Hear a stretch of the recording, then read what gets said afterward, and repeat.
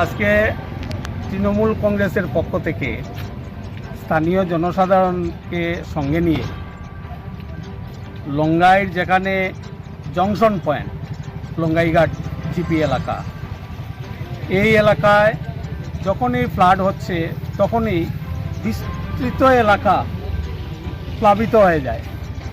এখানকার মানুষের অর্থনীতির যে বুনিয়াদ সেটা অত্যন্ত দুর্বল। রোজ পরিশ্রম করে যে টাকা পয়সা তারা পান সেটা দিয়ে তাদের পরিবার চালান। এখানে 60% মানুষ এই পর্যায়ে আছে, আর 10% মানুষ হয়তো চাকরি এবং ব্যবসা নিয়ে আছে। তো সেই ক্ষেত্রে একটা বন্যা মারাত্মক একটা অসুবিধা তৈরি হয় জনসাধারণের কাছে।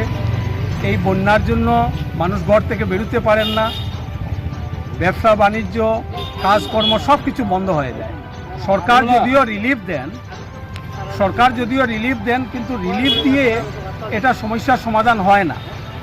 আমরা যেটা পর্যবেক্ষণ করেছি, গান্দাই থেকে শুরু করে লাতু অবধি যে লঙ্গাই নদী যেখানে গিয়ে বাংলাদেশে গিয়ে ঢুকেছে, এই ঢুকার ভিতরে অন্ততকে 3টা খাল আছে, যে খালগুলোর জংশন পয়েন্ট হচ্ছে লঙ্গাই।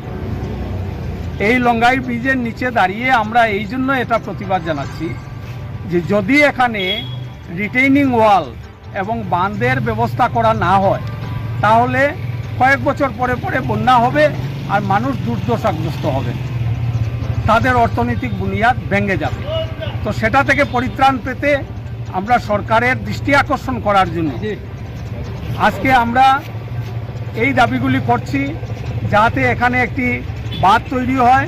এখানে বিসর্জন ঘাট একটা আছে, এই সামনে বিসর্জন ঘাট, তো বিসর্জন ঘাটকে বাঁচিয়ে বাকিটা রিটেইনিং ওয়াল করা হোক এবং একটা এক্সপার্ট টিম আসাম সরকার এখানে পাঠাক। এই এক্সপার্ট টিম দেখুক যে এখানে জংশন পয়েন্টে কেন এসে জল এত বেশি প্লাবিত হয়। এই লঙ্গাইঘাট জিপি বিশেষ করে প্লাবিত হয়ে যায় সম্পূর্ণ জিপি। 84 দিনের ভ্যালিডিটি, এর ফলে হয়েছে 479 টাকা।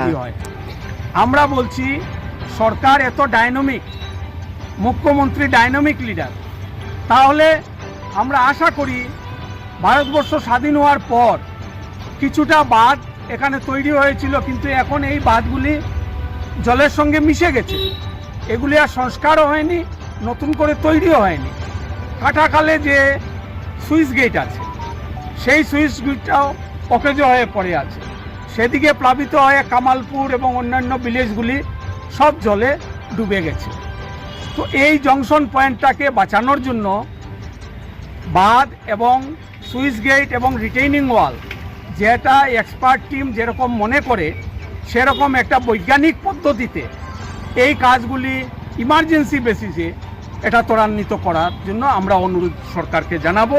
ইরেসপেক্টিভ অল পলিটিক্যাল পার্টিকে আমরা আবেদন জানাবো যে একত্রিত হয়ে এই এলাকার সমস্যা সমাধানে আমরা যাতে এগিয়ে যেতে পারি, এবং ডিসির মারফতে আমরা জেলা উপায়ুক্ত মহাশয়ের মারফতে আমরা মুখ্যমন্ত্রীকে আমরা স্মারকপত্র দেব, এবং সেখানে সবাইকে আমরা আহ্বান জানাচ্ছি যাতে সবাই এখানে জড়িত হন, এবং এই সমস্যাগুলি যদি আমরা সরকারের কানে যদি না পৌঁছাই তাহলে নীরবে এই মানুষগুলি কাঁদবে, নীরবে সেটা সহ্য করবে।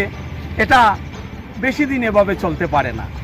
জনসাধারণের যে মাটির যে কথাটা, মা মাটি মানুষের যে কথা, সেই কথাতে এটা পরিষ্কার যে বন্যা পরবর্তী পরিস্থিতি যেটা তৈরি হয় সেই পরিস্থিতিকে মোকাবিলা করার জন্য গরিব জনসাধারণকে আর্থিক অনুদান এবং যারা ঘর বাড়ি ডুবে গেছে তাদেরকে যাতে অনুদানগুলি সহায়তা সরকার করে এবং খুব সহজ পদ্ধতিতে এই অনুদানগুলি যাতে পায় সেই জন্য আমরা সরকারের কাছে আবেদন জানাচ্ছি।